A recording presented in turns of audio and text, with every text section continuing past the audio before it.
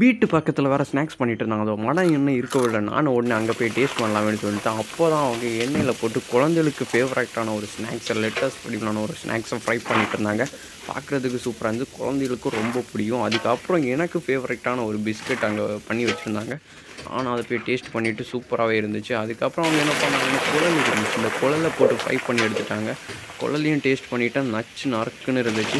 அதுக்கப்புறம் சிப்ஸு, அதுக்கப்புறம் omapodi 90s kids சூப்பராக இருந்தது. இந்த வீடியோ பிடிச்சுன்னா லைக்